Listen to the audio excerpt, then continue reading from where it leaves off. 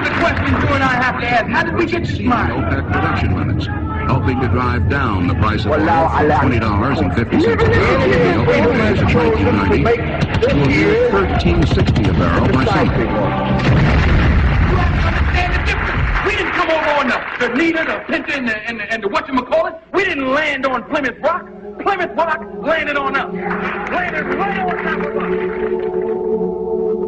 Where's the outcry? Why? You can get all the film and the footage of all the carnage in Los Angeles, but you can show me no footage of any damage in Iraq. And all you show me is some surgical strike.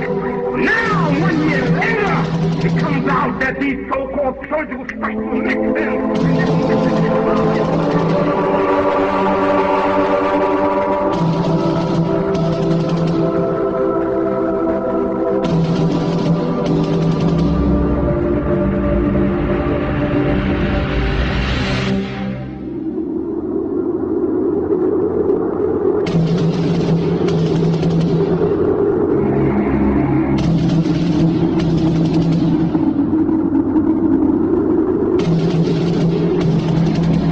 August 2nd, 1990, Saddam Hussein's forces crashed through the defenses of oil-rich Kuwait.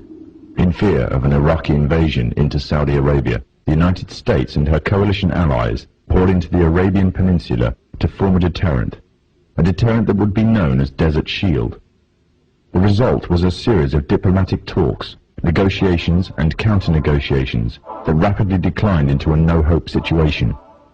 On August the 17th, 1991, Desert Shield became Desert Storm. Handle up this city. Just one comment. Clearly I've never been there, but it feels like we're in the center of hell. There seem to be these flashes of light often. Whoa! Holy cow!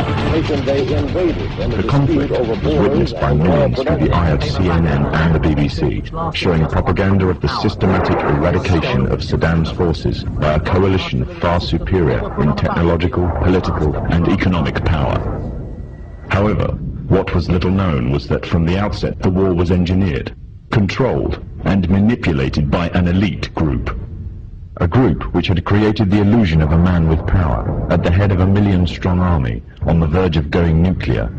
A man who had gained control over 1/5 of the world's oil overnight. However, in reality, he was merely a pawn, in amongst many pawns. Just a puppet in a grand master plan, with the Gulf War as a well-orchestrated stepping stone. The orchestrators of the war were by no means strangers to controlling major world events. In fact, they have done so for centuries. From the shadows, they have engineered every major war, revolution, and recession. They control everything you read, everything you hear, and everything you see. They have managed to indoctrinate an entire populace to their way of thinking, and have infiltrated key positions in places of authority. And it is from the shadows that they have created a new political order, a new economic order, and more sinister, a new religious order. Their ultimate aim is total global domination, and they will stop at nothing to reach their goal. The goal that was outlined in a speech given by former President of the United States, George Bush. What is at stake is more than one small country. It is a big idea, a new world order.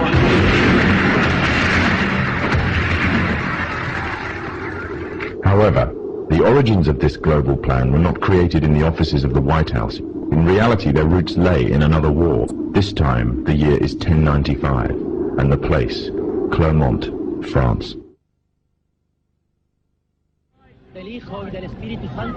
11th century Europe was ruled by the Church, which held a firm grip on the hearts and minds of the people. This power enabled Pope Urban II to wage war on the Muslim Caliphate and crusade in what he called a War of the Cross, to recapture the land of Jerusalem. It had been under Muslim rule since the year 637, but in 1099 this rule was brought to a bloody and sudden end. In the name of the cross, women were raped and murdered, children were put to the sword, and it is said that blood ran in the streets knee-high to the horses. Out of this land of bloodshed and terror, a group of men arose. Men that would stop at nothing to get what they wanted, no matter what the cost. 20 years after Jerusalem was taken, the Dome of the Rock was seized by a group of warrior monks calling themselves the Knights of the Temple of Solomon, or more simply, the Knights Templars. In Jerusalem, the Templars began to deviate further and further away from the practices of Christianity. They learnt the secret arts of the Kabbalah, an ancient form of Jewish magic, along with its dark rites and rituals. The Jews had learnt the arts from the pagans of ancient Egypt during the times of enslavement to the Pharaoh, and developed them into Babylon at the time of Nebuchadnezzar. In 1307, King Philippe of France arrested them for charges of denial of Christ, homosexuality, and idol worship, as well as magic. In 1314, Pope Clement V declared all Templars as heretics to Christianity, ordering all their properties to be seized. Their leader, Jacques de Molay, was captured and burnt to the stake. The Templars were cornered, and just when it seemed they were finished forever, a glimmer of hope arose from a seemingly certain end. They were to find a safe haven as well as an ally. But not in France. In fact, in a country in a desperate struggle for independence against the English. The country of Scotland.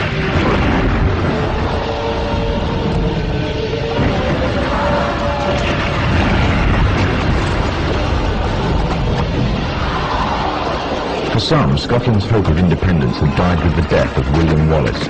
However, to the King of Scotland, Robert the Bruce, the arrival of the Templars gave him a new secret weapon.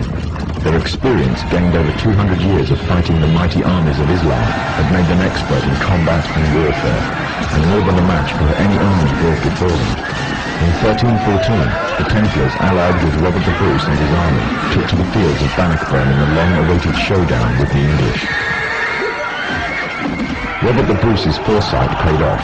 The 25,000-strong English army suffered a humiliating defeat at the hands of only 6,500 men. The dream of an independent Scotland had finally been achieved. The Templars had brought themselves back from the brink of destruction, and never again would they allow themselves to be destroyed. This time, they would control the country by controlling its kings, and in order to preserve their secret order, the Templars would have to die, or more precisely, the name would have to die. The Templars, who had escaped Europe, were finally laid to rest in Roslin Chapel, Scotland, which stands to this day as sign of their presence in Britain. Their descendants became the true power of Scotland. In 1603, the death of Queen Elizabeth I left England without an heir to the throne. By virtue of descent, King James V of Scotland became King of England. In doing so, Scotland and England joined to form a new kingdom, and the power that the Templars held over Scotland spread to give them a firm grip on the whole of Great Britain. For over 100 years, the Templars concealed their activities, fading into the background until they were little known and little remembered. However, they did not cease to keep a firm grip on Britain. All the time they were planning, regrouping, and infiltrating positions of power in all corners of the kingdom. In 1717, the Templars made their reappearance in Europe. They had grown in both number and strength, and were now ready to coin a new identity, free from their reputation of the past, and given credibility by none other than the monarchy and aristocracy of England. And the name they chose for themselves was a name that would be known by many, but understood by a few. This new name, the Freemasons. The new identity and the grandeur of its members afforded the Masons with respect and dignity. The first royal member of the Freemasons was Frederick, Prince of Wales. The latest members include Prince Philip, the Duke of Edinburgh, and consort to the current Queen of England, Elizabeth II, who herself is a grand patron to the Masons.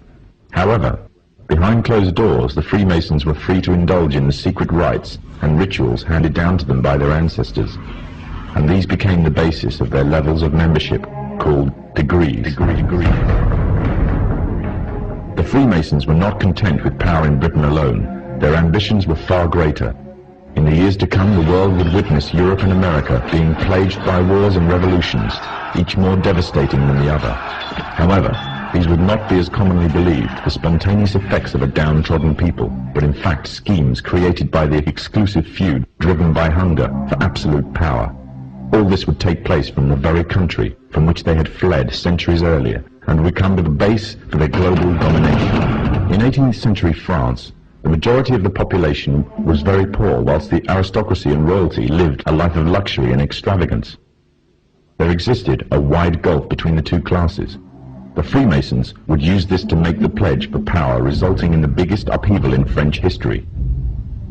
The Masons took advantage of the growing atmosphere of anger amongst the French and used it to achieve their own aims with a carefully planned propaganda war. They completely controlled the media system and used it to sway the tide of public opinion. The newspapers were geared into calling for the end of the monarchy and the establishment of a society based on liberty, equality, and fraternity. The Masons' vast amounts of wealth were used to influence the political landscape of France. Politicians funded by the Masons promoted the Masonic ideology. The secret lodges of the Masons were open to members of the French army. High-ranking officers and generals were indoctrinated to the Freemasons' way of thinking. With the people, the politicians, and the military of France under Masonic control, the Masons could finally strike. On the 14th of July, 1789, a group of people stormed the Bastille, a prison in Paris. This sign of resistance against the French authorities triggered off a massive response all over France. People in villages and towns expressed their hatred for the system, symbolized by the monarchy. But it was not until 1793 that the French anger would be cooled. On the 21st of January of the same year, King Louis XVI was beheaded in front of a crowd, heralding an end to the French monarchy and paving the way for another Masonic-controlled state in Europe. With the monarchy gone, it seemed as if nothing stood between the Masons and complete control of France. However, what took place would leave the Freemasons in a serious dilemma, and what was to come next was not exactly in accordance with the Masonic plan. A young soldier by the name of Napoleon Bonaparte was about to lead France into a bloody war with Europe, and instead of dancing to the Masonic tune, Napoleon declared himself the Emperor of France.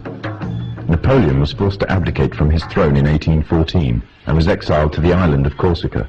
However, in 1815, Napoleon arrived in Paris again, raising a new army ready for a fresh war in Europe. The Masons had a big problem on their hands. Britain and her Masonic allies could not afford to maintain a long-term war against Napoleon without risking bankruptcy. Help came from an unlikely source. Nathan Rothschild was the head of a leading banking family, but because of their status as Jews, they were forced to work from the shadows of others. Rothschild seized the opportunity to liberate his people and offered a loan, demanding in return recognition of the Jews as equals to their European counterparts, and the right to openly do business. If the Masons refused, the money could always go to Napoleon. The Masons had no choice but to accept. In 1815, British, Dutch, and Prussian soldiers landed in Waterloo, Belgium, where they met Napoleon's forces and defeated them. Napoleon was captured this time, never to return. France was finally under Masonic control. Although historians make little mention of the Masonic involvement in the Revolution, the Masons themselves have to reveal their shadowy movements during this important period in history. In 1904, Marquis de Rochambeau, a Freemason, said before a packed audience, "Freemasonry has worked in a hidden but constant manner to prepare the revolution. We are then in complete agreement that Freemasonry was the only author of the revolution, and the applause which I received from the left, and to which I am little accustomed, proves, gentlemen, that you acknowledge with me that it was Masonry which made the French Revolution."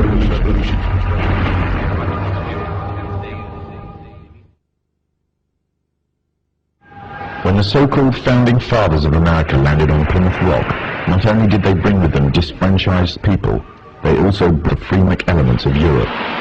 The injustices which the fathers of America were escaping from in Europe was also to be found in the new land, in the form of a tyrannical British regime. In order to gain complete dominance of the new state, the Masons used the same methods to gain control of France.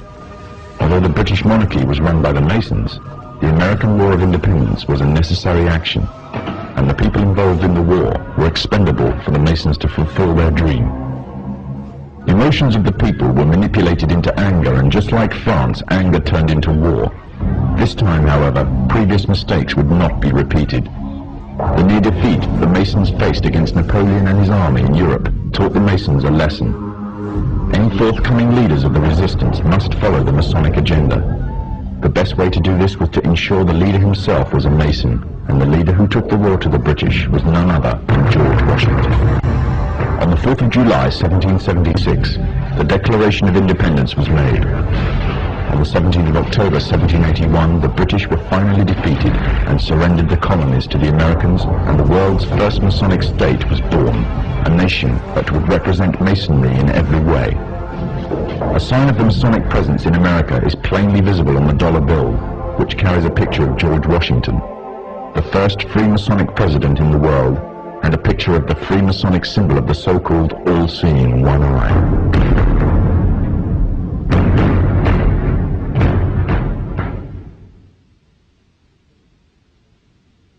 Historically, the control and manipulation of political opinion has been the Freemasons' main weapon in gaining control of countries and states.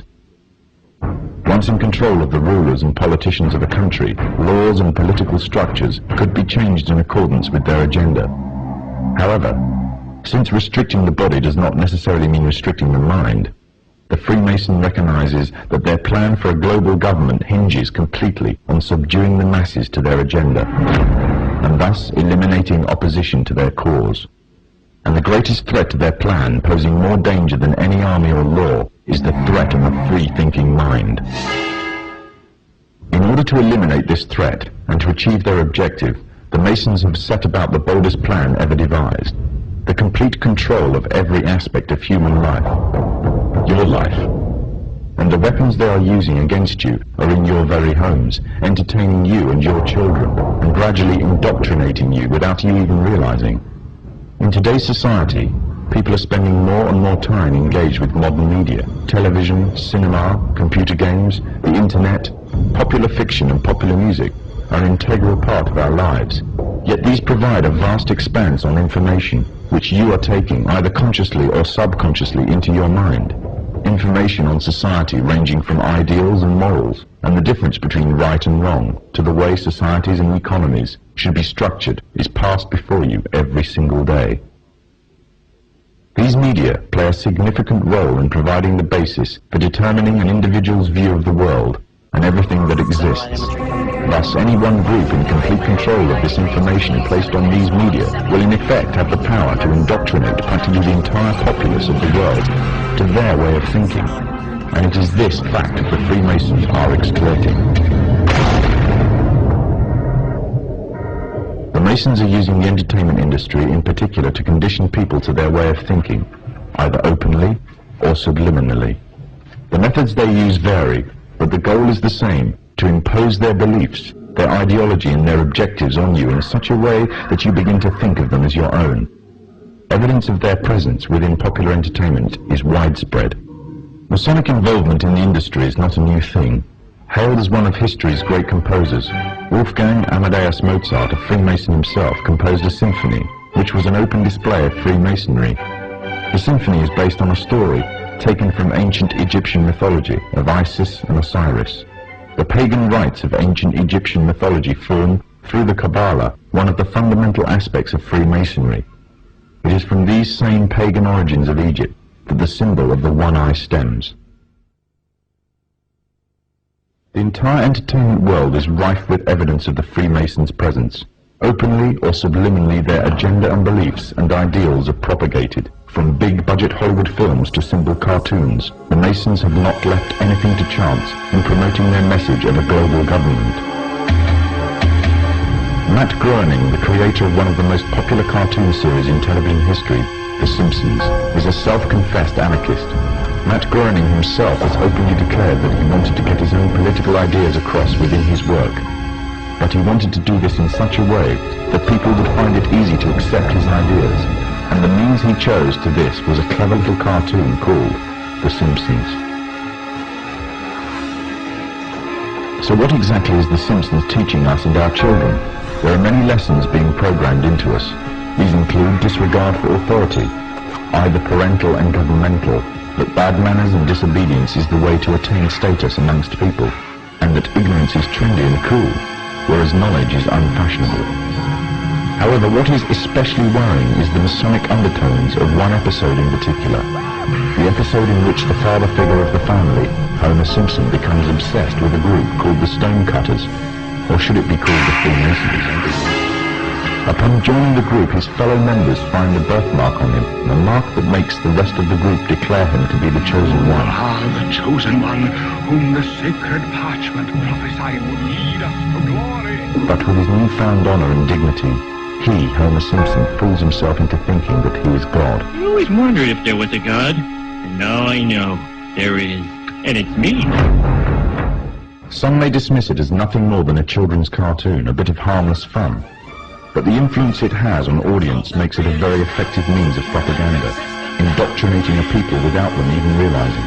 Its very creators admit that they are propagating their political ideas to the audience in a covert manner. Ideas spread through the domestic television can reach a far wider audience than movies and cinema. And it is through this media that a new concept is being introduced. The concept of one global leader. Famous for his novel The Jungle Book, Rudyard Kipling, another Freemason, wrote a book called The Man Who Would One Day Be King. This was later made into a big-budget Hollywood film, starring the likes of Sean Connery, Michael Caine, and Saeed Jafari. The book is the story of two soldiers that journey to a country on the edge of India, a country that was once rumored to contain great riches, that once belonged to Alexander the Great.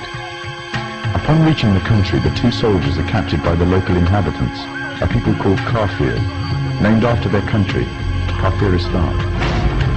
When the two men are about to be killed, a necklace is discovered around the neck of one of the soldiers. Engraved on it is the symbol of the Masonic one eye. The Kafirs revere him as their god and attribute to him the divine attribute of immortality. The man himself first regards himself as a king, and then in his newfound power begins to regard himself really as being a god. From the Muslim perspective, if not that of others, the similitudes that can be drawn from this story are very interesting. The Muslim scriptures, called Hadith, contain many prophecies of the Prophet Muhammad. In these, it is prophesied that a man would arise from amidst the Kafirs, which means infidels in Islam, who would be recognized by his one eye and would be made a world leader, claiming first to be a king and then later to being God, and that he will seem immortal until an appointed time. In another film, the concept of global leader and global government is also strongly propagated. In 1996, the film Independence Day broke all box office records, becoming the 7th highest-ranking film of all time. It entranced audiences around the world with a fictional story of an alien invasion on Earth. However, deep within the film's subliminal messages can be found, indicating the Freemasonic presence and the Freemasonic agenda. In the film, there is a military base known as Area 51. It is from here that the military offensive is launched, on which the salvation of the whole world and the future of its inhabitants depends. The entrance to this installation is a pyramid, on which is engraved the symbol of the one eye. The film shows the USA as the forerunner in establishing a global offensive, involving all the nations of the world, an offensive which is devised, controlled and commanded by one man, one overall leader. The film is part of an upsurge in an upsurge of films and television serials on the topics of aliens, UFOs, and invasions threatening the whole of mankind. These are gradually fueling the growing interest and public unrest on the issue. This is just one of the many ways in which the Freemasons are paving the way for their global government. The Freemasons are using a number of approaches to drive fear into the hearts of the masses. I occasionally think how quickly our differences worldwide would vanish if we were facing an alien threat from outside this world. And yet, I ask you, is not an alien force already among us?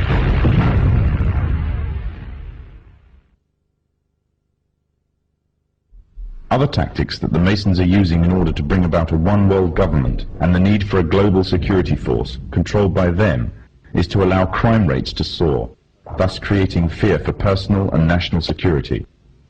The drugs industry, according to official estimates, is in terms of monetary value one of the largest industries in the world. The countries of the world are currently involved in trying to solve this problem on a national and international scale.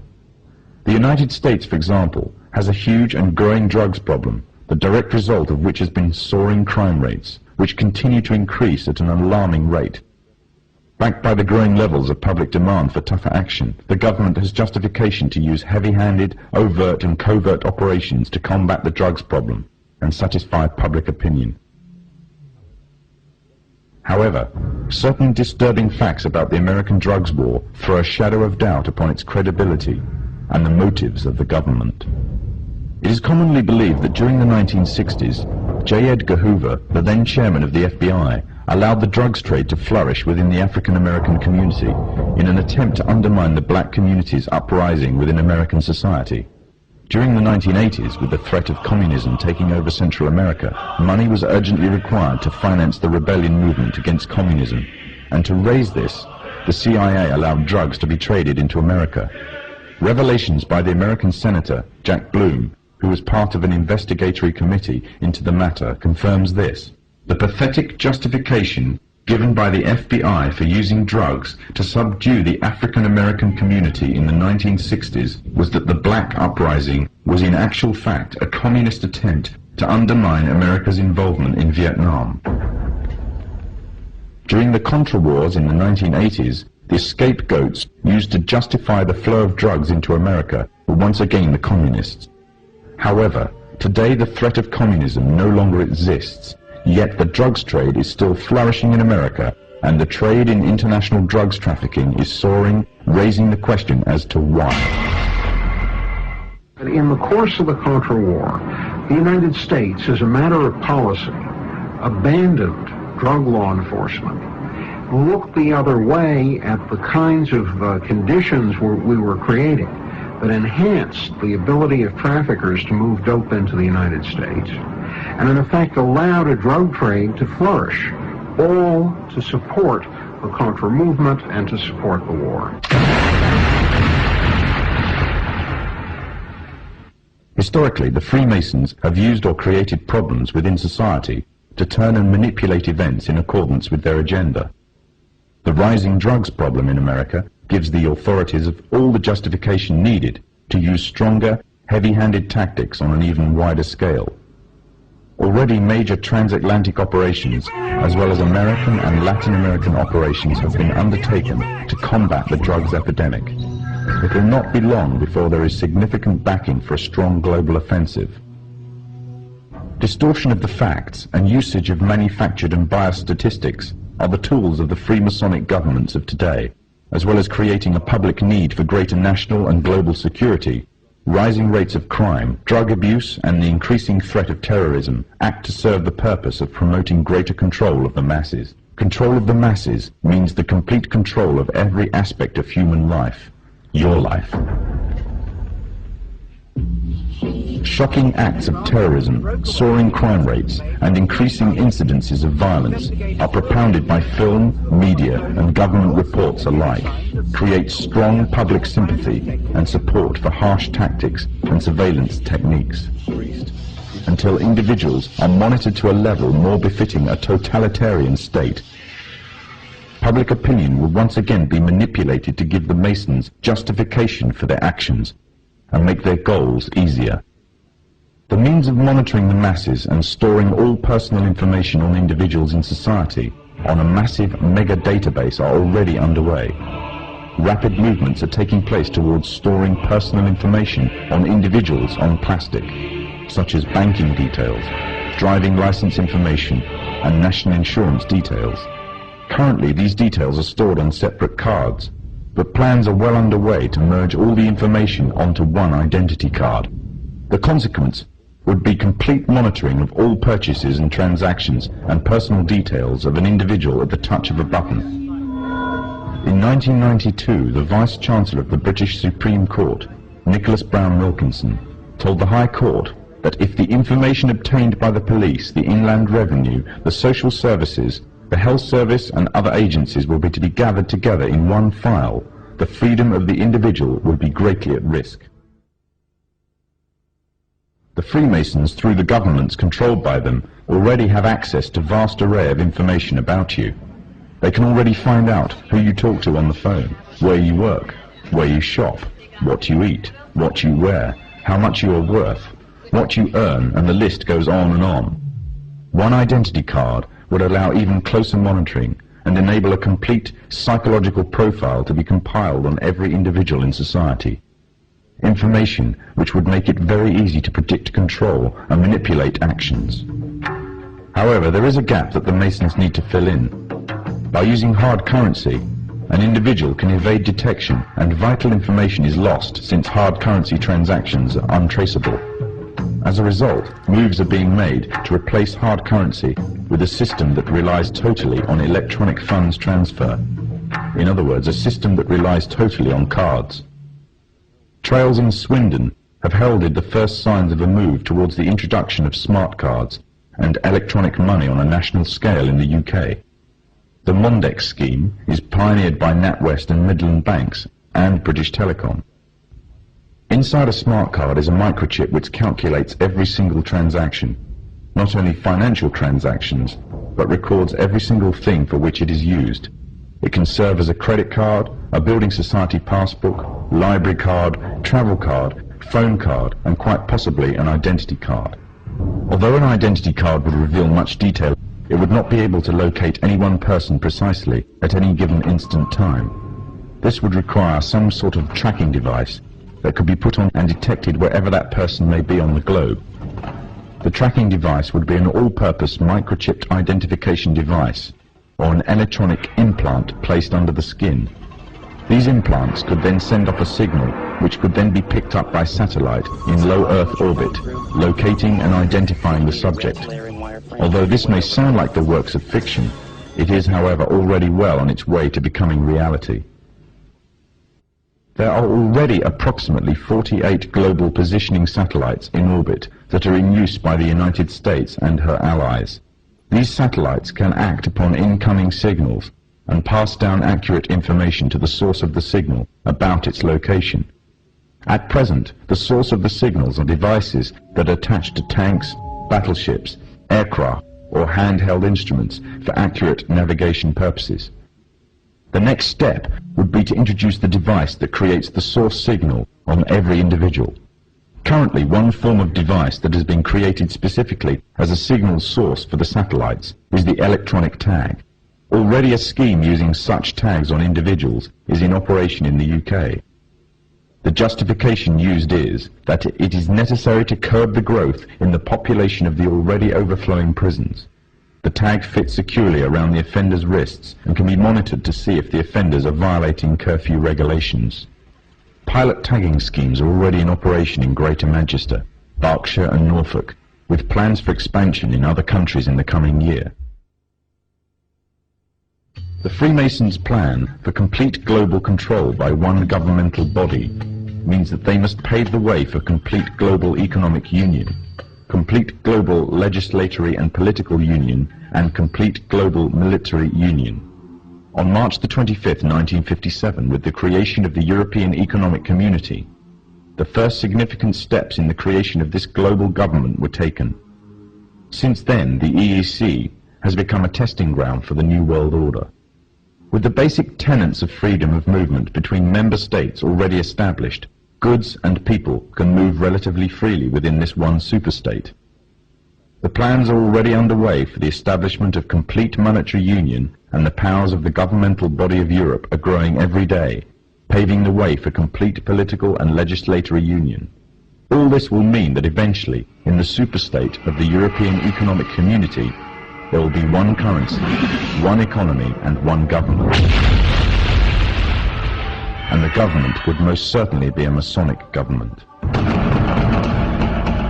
The three most important players of the European community are Britain, France, and Germany. Britain and France have long been Masonically controlled nations. During World War II, Germany was completely annexed by Britain and France, along with the United States, another Masonic nation, and the Soviet Union.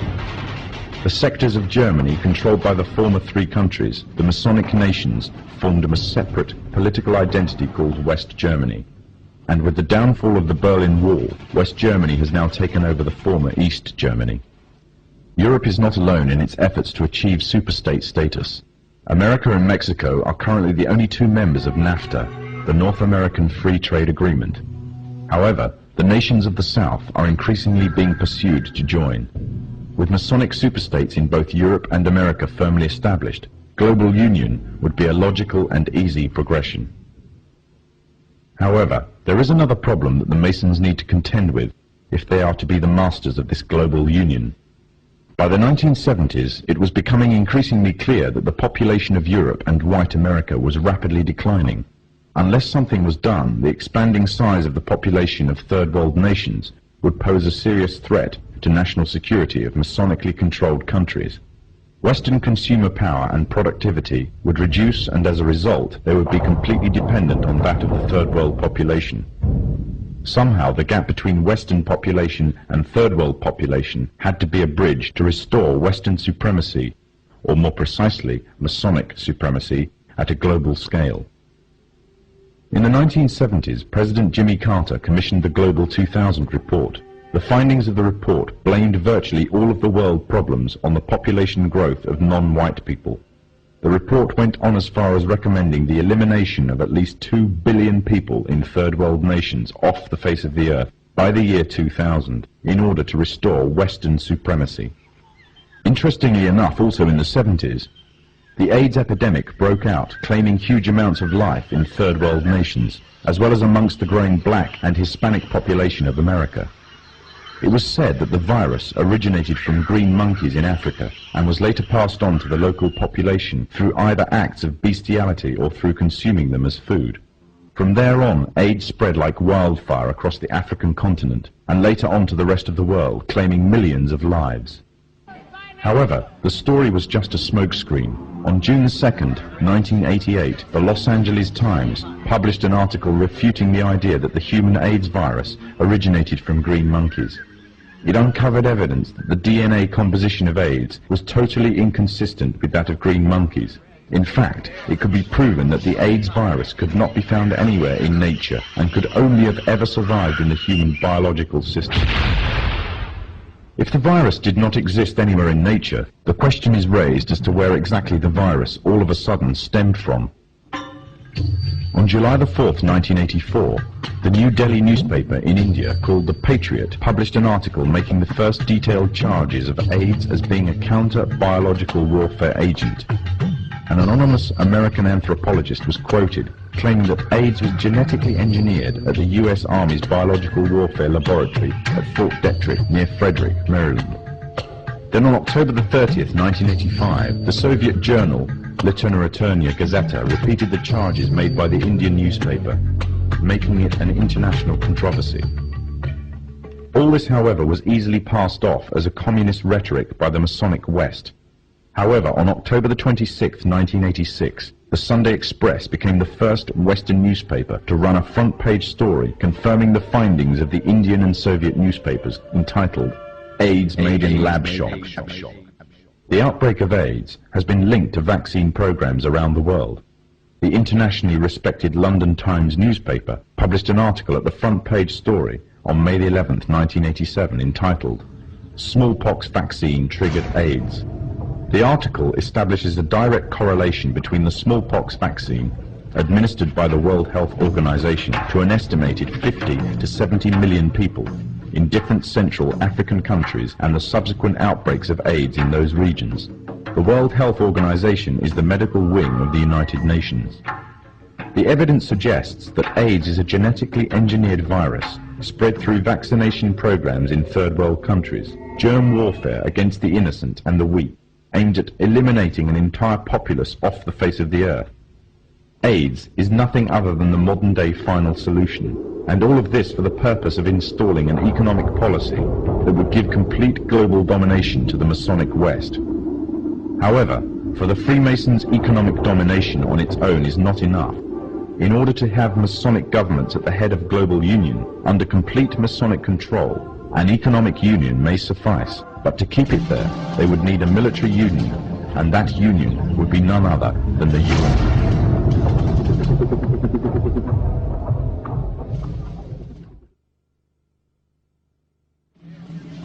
The United Nations is a general assembly of the majority of the nations of the world. Britain, France and America are already ranked within the 5 major powers of its Security Council, with the others being Russia and China.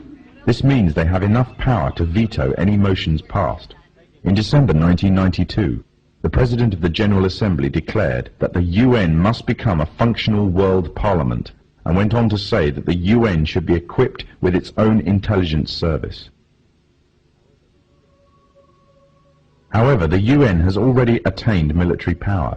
It operates its own army, an army that stood back while thousands of Muslims were killed by the Serbs in Bosnia, and instead implement an arms embargo that left the Muslims without any means of self-defense. When UN soldiers were sent to wage war against General Mohammed Farah Aidid during the months between June and October 1993, American helicopters fired on hospitals, houses and civilian crowds, killing hundreds of unarmed people. After an attack in which 71 died, the head of the UN mission, Admiral Jonathan Howe, said, "We knew what we were hitting. It was well planned." This was a clear breach of the Geneva Convention, but when the US military attorney was confronted on these points, his reply was that the Geneva Convention did not apply to the UN forces on the technicality that the UN is not the signatory to the convention. In other words, UN troops were free to commit any war crimes or atrocities they wanted and were above any law. In fact, the UN, far from bringing peace with it as it claims, instead has spread corruption in the land, leaving a trail of death and destruction wherever it has gone. Days of the Cold War, the very existence of the Soviet Union meant that the Freemasons' path to a global government would take time. Now that communism has been destroyed, it seems that the Freemasons can at last use the UN to achieve their goals of a global government, therefore having the entire world at their grasp with none to stand in their way, or so they thought. For as the earth cries out because of the corruption and injustice they have spread over the land, through the agonizing centuries of their domination, the world is witnessing the reawakening of an old warrior. Now, the Freemasons have another enemy to contend with, an enemy which they have thought that they have destroyed, an enemy that will never bow down to the evil and demonic plan of the Freemasons. That enemy is Islam, and against it they have declared war. However, the Muslims have already been forewarned about an enemy that will face them, the last prophet of God. Muhammad said that a man will appear after the Muslims have conquered a Roman city called Constantinople. He will first appear as a tyrannical king, then he will be claimed to be a prophet, and finally he will claim to be the Lord God himself. Already the first part of the prophecy has been fulfilled. Constantinople was conquered and renamed Istanbul. The prophet further foretold that this liar would start to conquer the world, country by country, fortress by fortress, region by region, town by town, and no place will remain unscathed except the two holy cities of Mecca and Medina. He will possess powers to issue a command to the sky, and it will rain, and to the earth, and it will produce crops. He will call to a false religion and bring something which resembles paradise and hell. But that which resembles paradise will in fact be hell, and that which resembles hell will in fact be paradise. He is the Dajjal, meaning impostor, and he will be born with one eye, and your Lord is not one-eyed. It is also known that before the appearance of the Dajjal, a group of people will pave the way, setting up a system to prepare the world for his arrival. In other words, these forerunner to the Dajjal and their system will bear all the characteristics of the Dajjal, and he will be the final embodiment of these in human form. The forerunners to the Dajjal are none other than the Freemasons.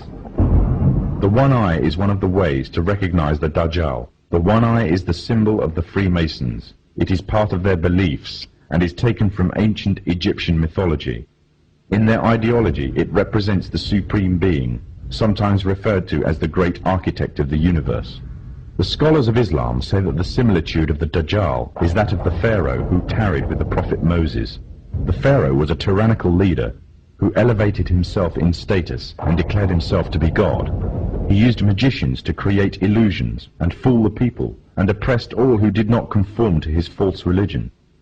Today the Freemasons weave another kind of magic. The illusions they create take the form of hidden or openly propagated messages in films, televisions, cartoons, music, and all the other cogs in their well-oiled media machine. And this same media machine has continuously been put into action to slander and destroy the character of Islam, following another trait of the Dajjal, who goes further and slanders God directly.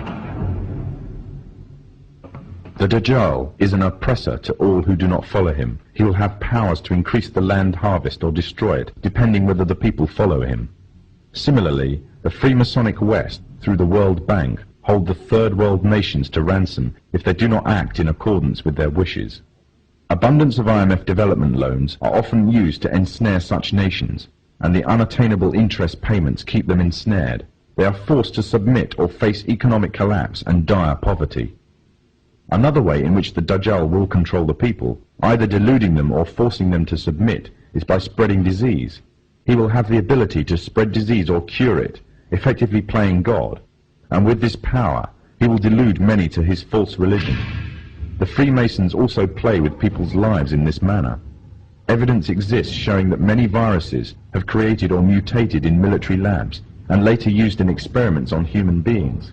And it has been established that AIDS is a man-made tool used to suit the purposes of Masonic West.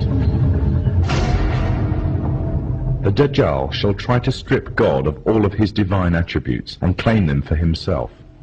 This arrogance is also the way of the Freemasons, who are engaged in replacing the laws of God with those that are man-made and claiming justice across the land, using technology to monitor all that you do, trying to see and hear everything, using genetics to alter and to improve the creation to reach their false standards. Their arrogance knows no bounds, and they obey no law but that of their own making. These are the forerunners to the Dajjal. These are the Freemasons.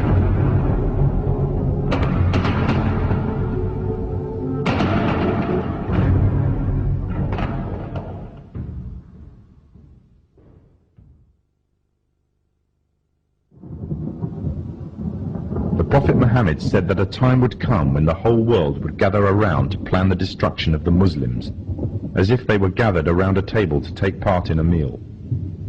Today the nations of the world are doing just that, around the circular tables of the United Nations General Assembly Hall. He also said that the time of the Dajjal will be years of confusion. People will believe a liar and disbelieve one who is trustworthy, and those who rebel against God will have a say in general affair. Today, during the time preceding the Dajjal, there is also a time of confusion. The system set up by the forerunners to the Dajjal have ensnared many Muslims away from truth, using lures such as wealth and materialism and fulfillment of earthly desires. A miserable trade indeed. These times of tribulation are like a giant sieve, sorting out the true believers from the apostates and hypocrites.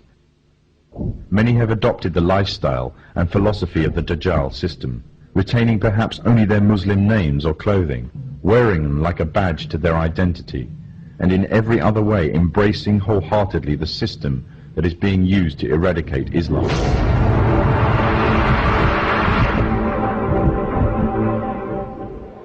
Embracing the same system that stood back and did nothing when pregnant Muslim women had their bellies ripped open by Serbs, killing them and the contents of their wombs. The same system that stands still whilst women and small girls are being raped in Kashmir. A system that stood still whilst mothers saw their children dragged away by soldiers during the night, never to return, simply because they spoke out against being refugees in their own homeland. And the same system that said nothing to the tyrant that gassed women and children simply because he danced the Masonic tune. For those who choose this system, claim to love Allah and His Messenger, but hate what He has brought, leave the guidance that is Islam, and they adhere to the evil system of the Dajjal, living their lives in accordance with its rules and seeking from it worldly rewards, disregarding the truth that is the laws of Allah. They are those who invite upon themselves the wrath of Allah. They came down to the side of the road by the thousands. And they had Kuwaiti flags, and some had American flags. The forerunners to the Dajjal have set up this system to destroy Islam, either directly, through military and economic coercion, or indirectly, using ideological warfare. They have divided and conquered, instilling diseases such as nationalism and racism into the heart of the Ummah. Their biggest fear is Muslim unity and revival of the message brought by the last prophet to mankind, and everything they do is geared to prevent this. They have manipulated Muslims, setting up and promoting divides. They have installed their own universal language, compelling all to learn or be shut out, and reducing Arabic to secondary and inferior language in society. And what they have used most to keep the Muslims at bay is oil.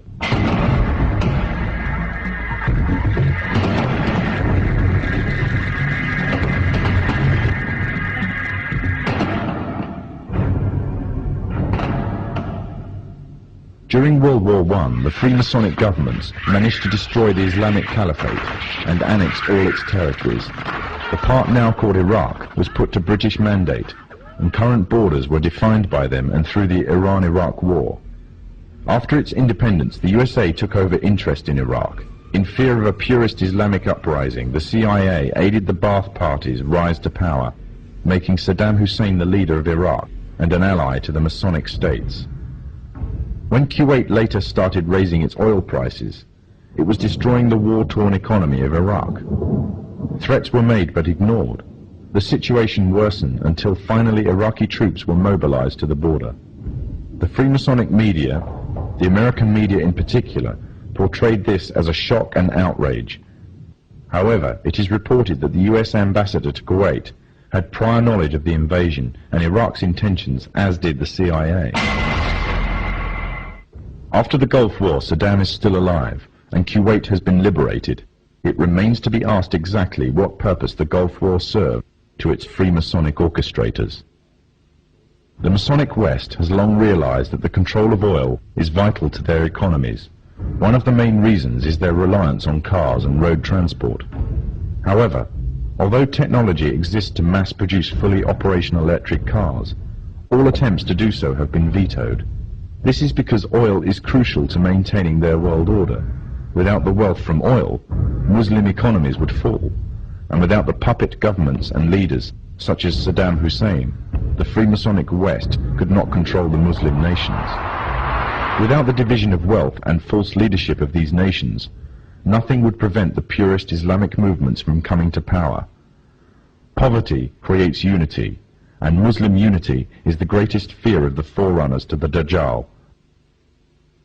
The Gulf Wars served many purposes: to promote Western unity, to create divides amongst the Muslim nations, to act as a testing ground for an entire arsenal of military weapons and cocktails of chemicals and drugs. But most of all, it served to ensure a strong military presence in the Middle East. The Dajjal has placed a strong hold in the very heart of Islam itself and laid a firm grip on the Muslim holy lands. But although they plan, Allah also plans, and Allah is the best of planners. The final victory will be with the Muslims.